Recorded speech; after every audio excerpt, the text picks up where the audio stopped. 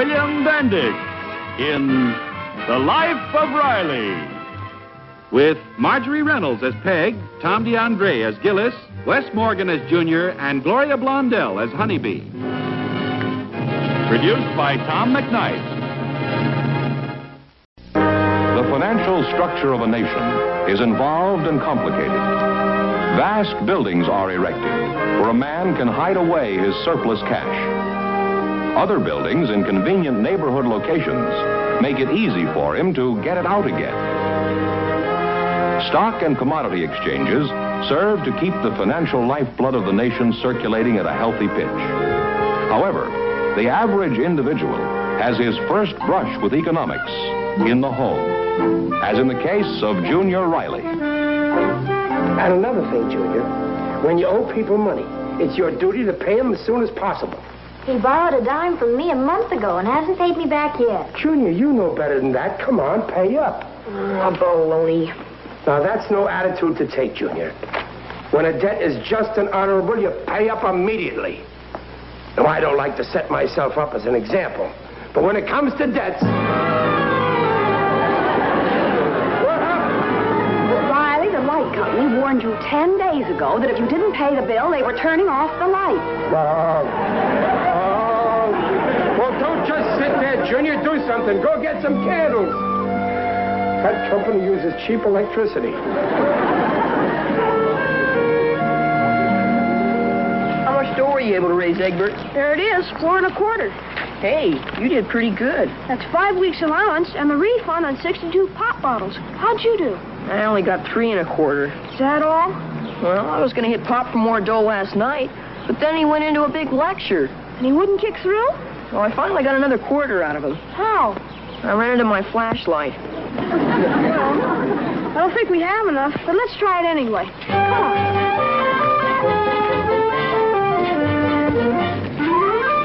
There she is. What a beaut! Boy, look at the way she's built. What a neat job. Hi, man. Hi, Ken. You two tycoons raised the loot yet? We've got 7.5 between us. Sorry, $10 for the down payment. Aw, Kenny. I wouldn't even be selling her if I wasn't getting married. We could pay you the rest by next month. No. I can make a cash deal just like that. Kenny? Hi, Kenny. Hi, Jeannie. You back already? I got my final fitting on my gown. Ooh, and it's perfectly dreamy. Did you pick up your tux yet and go to the jeweler's? Not yet. Oh, you should take care of those things today. Well, I know. I've had a million things to do all day long. Hey, fellas. I've got to get over to the hairdresser's. See ya. Okay, I'll make a deal with you. I'll let you have the boat for 7.5 down payment if you run a couple errands for me. Gee, Kenny, you're a real pal. Now, look, I want you to go and pick up a tux I got ordered at the Wedding Bell rental shop, and then you go over to Holmberg's jewelry store and pick up a ring. You got it? Okay, I'll get the ring and you get the tux. Okay, let's go.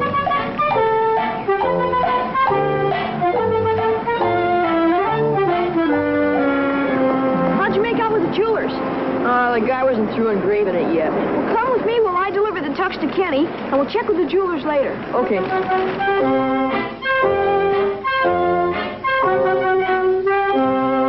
I'm telling you, Riley, I seen it with my own 2 eyes. Forget it, Gillis. Forget it. When I see my son going into the Wedding Bell rental shop to get a tuxedo, I'm telling you, Riley, Egbert's getting married. Here, look, read the paper and take your mind off it, will you? Go ahead. Okay, Now, maybe calm it'll down. help me. All right. I'll read a little. Hey, Riley, look. Right. Look. Boy 13 marries girl 11. Read it. Yeah, sure. But maybe they're old for their age. Anyway, this happened in one of the mountain states. Yeah, look at that. Look. Listen, Egbert's been acting very mysterious lately. So is Junior. But do you see me getting excited? No. Huh? No.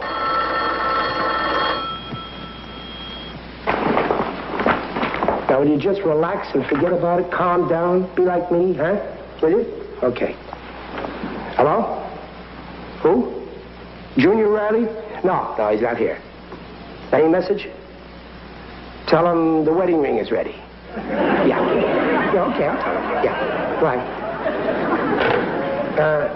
Remind me to tell Junior his wedding ring is ready, huh? Yeah, the wedding ring is ready. Now, look, Gillis, you've got to...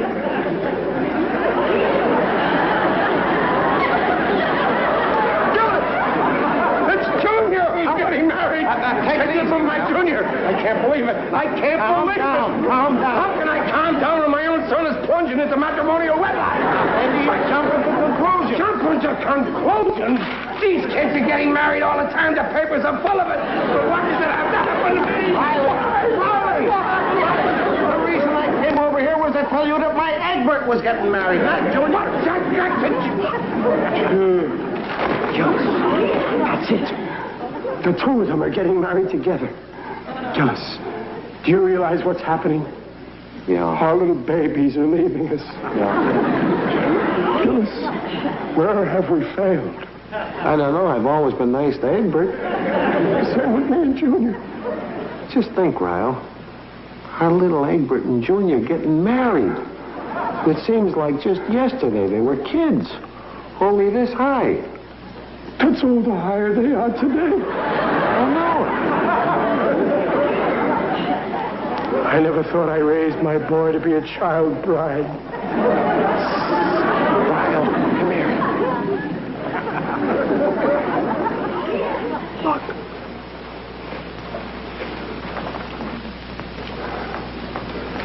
They're probably discussing the wedding plans right now. What about the boat? You think we ought to tell our folks about it? Well, let's wait till we get it first. Yeah, if we tell them now, we may never get it. Now, don't say a word, Ryle. Let them do all the talking. Yeah, okay. Yeah, I won't say a word, no.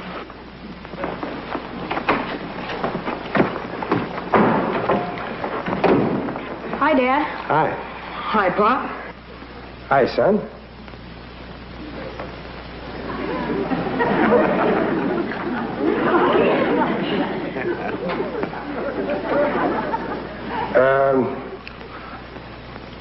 What's new, Junior? Nothing. What's... Nothing. What'll I ask you, will you? Now, what's new, Egbert? Nothing.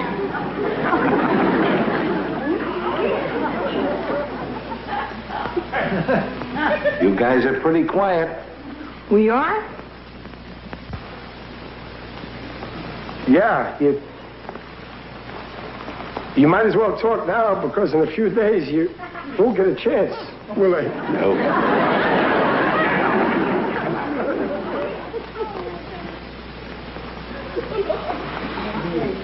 Okay, if you're not going to open up, then we will. We might as well tell you the truth. We know all about it. You do, Pop? The jeweler phoned that your ring was ready. Did you hear that, Junior? That's terrific. Come on, let's go. Junior! Wait! Come here! Junior, come back! Junior, give me another chance! They never even looked back. It's tough to lose a son, Ryle. Especially when he's deductible. I never thought of that.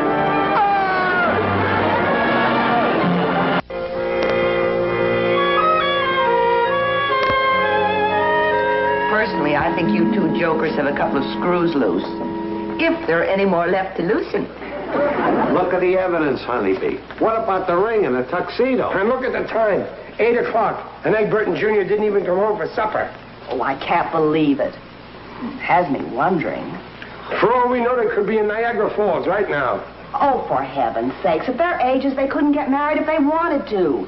For one thing, they'd have to have a license, and nobody would sell them one. Oh, that don't make any difference. You're supposed to have a license to shoot ducks, but that don't stop some people. Look at the time. I already did. 8 o'clock. How long did Kenny say we'd keep the boat in his garage? Just till tomorrow. Gee, that means we're going to have to tell our folks about it tonight so we can get their permission to take it to the harbor tomorrow. Shall I paint over this Jumping Judy with this red paint? Oh, leave it on. Judy's a good name for a sailboat. Okay. How are you going to tell your folks? I'm just going to tell them the truth. I'm going to say, Pop, Egbert and I bought a boat. Then he hit the ceiling. The ceiling? He won't stop till he hits the roof. Then when he gets back down to earth again, he'll say, Junior, you mean my own flesh and bone went out and bought a boat without consulting his father first? Then what are you going to say? I've got one thing that always stops him. I'll say, Pop, don't forget you were a kid once. Yeah, that always gets me. Then he'll say, Junior, you're a regular chip off the old blockhead. Come on in the house and we'll tell your mother. Well, you haven't got anything to worry about. Sure, Pop's a swell guy. Yeah, my dad says you sort of take after him. You've got the same quick temper, and you... What do you mean the same quick temper? Another crack like that and you'll be wearing this paint can for a hat. And I'll stuff this... Yeah. I see what you mean.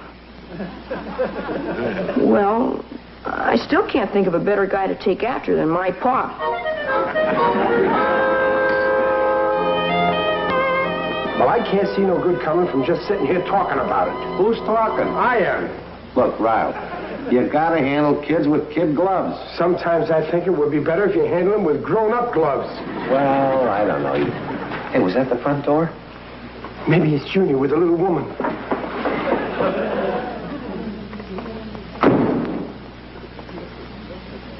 It's Junior, all right. Oh, thank goodness. Wait a minute. What's that red stuff he's got on him? It's rouge. Junior's tied up with a flapper. Egbert's probably home. Let's go over and see. We'll see you folks later and compare notes. All right, honeybee, I'll be over in a little bit. Well, Peg, this is it. Oh, Riley, maybe it'd be better if I talked to Junior. No, I'll handle this. Now, don't do anything you'll be sorry for. Don't you worry, I'm going to use psychology. I'll start out by referring to an item in tonight's paper. Oh, you mean the one about the 2 children getting married? No, another one that'll get me into talking about kids getting married without Junior even realizing. Now, you just leave it to me. Oh. Hi, Junior. Hi, Pop. There's something I want to say Sit down, about... son. Yes, sir. Pop, I want to... Hold it. But, Pop, there's something I've got to... Please. Junior, there's an article in today's paper that has to do with the younger generation and their parents. And when I point out certain things, you will see that I don't blame the kids for what's happening these days. That's swell, Pop, because I just... And that's a pretty noble viewpoint coming from a parent, of which I am one. Do you not agree? Sure I agree, because Here is the item. 2 boys in homemade boat rescued at sea by Coast Guard. What about it? Junior, I do not blame the boy. You don't, Pop? No, I blame the boy's father. If I had been that kid's father, I wouldn't let him have the boat in the first place. Excuse me, Pop. Junior, wait a minute. Junior, go back. Junior, you come out of there.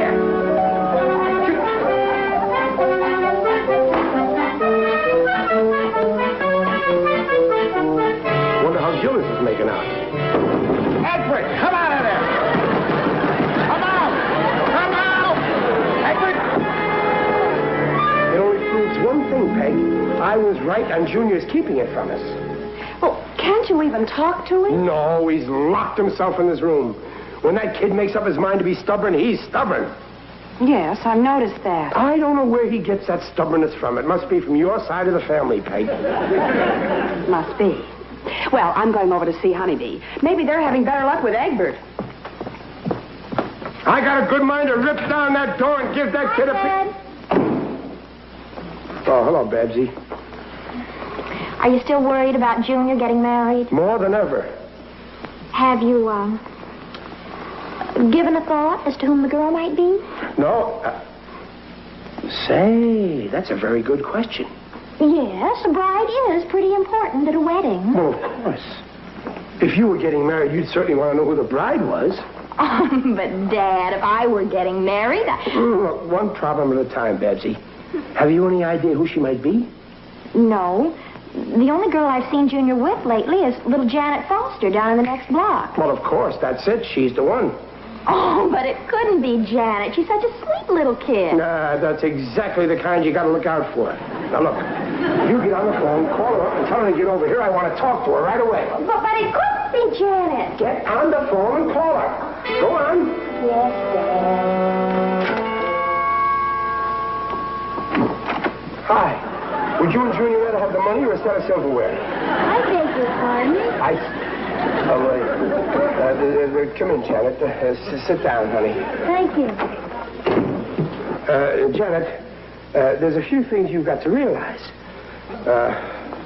Of course, you know that Junior only gets 50 cents a week allowance. What about it? Well, on that kind of dough, you won't be living in no penthouse. What? Look, Janet, let's you and me talk as father-in-law to daughter-in-law. I'm the father-in-law. I don't know what you're talking about, Mr. Riley. The last time I saw Junior was a week ago at the drugstore. We had them all together. Must have been a pretty powerful malt. I'm all mixed up, Mr. Riley. Well, of course you are, Janet. That's why you're in this terrible mess. Hey, see?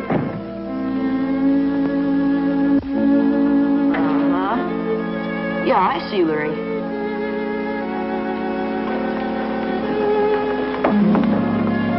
Hi, Janet. Hi, Babs. Dad, Junior's in his room talking on the phone. What? Excuse us a minute.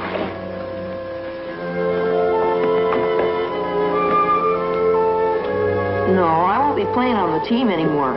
From now on, all my time's going to be taken up with Judy. Judy? It's not Janet. Oh, lucky we found her. Boy, you ought to see her. What a beaut. Oh, I haven't told my folks yet. Riley, you there? You talk to Janet for a few minutes. I think we're getting to the bottom of this mess.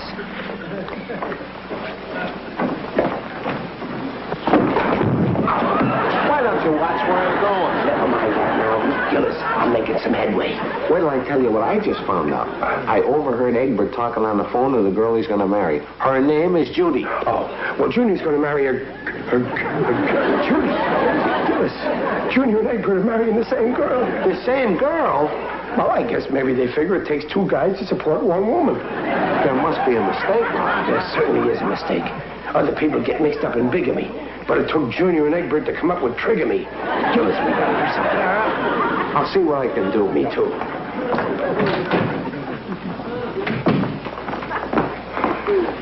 Now, look, Janet, I'm desperate, and you're the only one that can help me out. Now, go in and tell Junior that you love him. Tell him I love him? But it's the only way we can break up this thing with Judy. But, Mr. Riley, I like Look, Junior, I'll but get him out here and you go for a walk. Get him all. Ask him to marry you. Anything. But, Mr. Riley, Junior, Janet is here to see you. Okay, Larry. I'll see you later. What does she want? Come on. Hi, Janet. Hi, Junior. Oh, what a lovely couple. Look, Junior, here's $5. You two go for a walk. Maybe in the park, huh? What for? Well, there's a lovely moon out tonight. And don't worry about a thing. There's always room in the house for two more.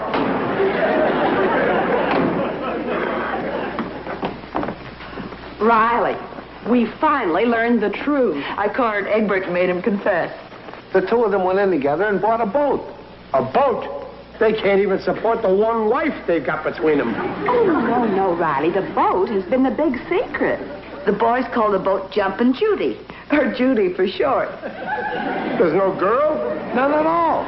Oh, no. Gillis, those two kids are stupider than the both of us running off and getting married without a girl. Oh, no, Riley. They're not going anyplace. The whole thing is that the kids chipped in together and bought a boat. Oh, well, in that case... Wait a minute. I just sent Junior out to marry Janet Foster. What? I practically forced her on him. I even put up the money. But, Dad, I'm sure they've just gone to the drugstore for a malt. Well, then call the drugstore and head them off. Call the police, have them set up roadblocks. Will you relax and be calm? You said that once before. You're in a rut. Peg, I forbid any member of this family to ever be married again. Except you and me. And to think that I'm the one who sentenced my own son to a life of matrimony. I mean,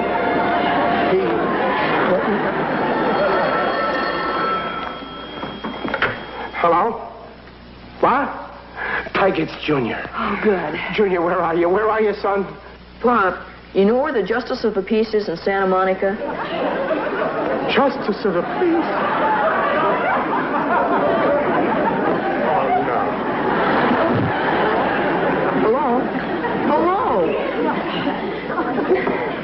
Hello, Junior. This is Mom. Oh, hi. Mom, you know where the Justice of the Peace is in Santa Monica? Well, we're right next to it in a drugstore phone booth. Janet and I came down to the beach and rode on the roller coaster and everything else. And now I find out we haven't got enough car fare to get home. I was wondering if Pop could come down and pick us up. He certainly will. What? Oh, no, he won't be mad. It'll be one of the happiest rides he ever took in his life. Bye, dear. Riley, it's all right. Geez, all right, he's not married. Wait, Owning a boat at Junior's age is absolutely ridiculous.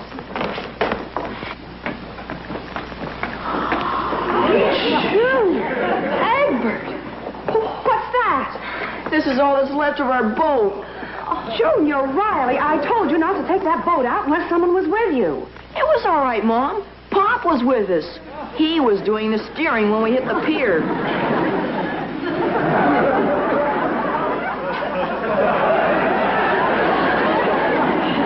Riley! I was steering the boat, Peg, and all of a sudden, the big pier came at me, and I couldn't, and it hit me. And I thought I ought to stay away from boats, Peg. Oh, nice. You got a hot cup of coffee? Oh, you just get in there and change your clothes.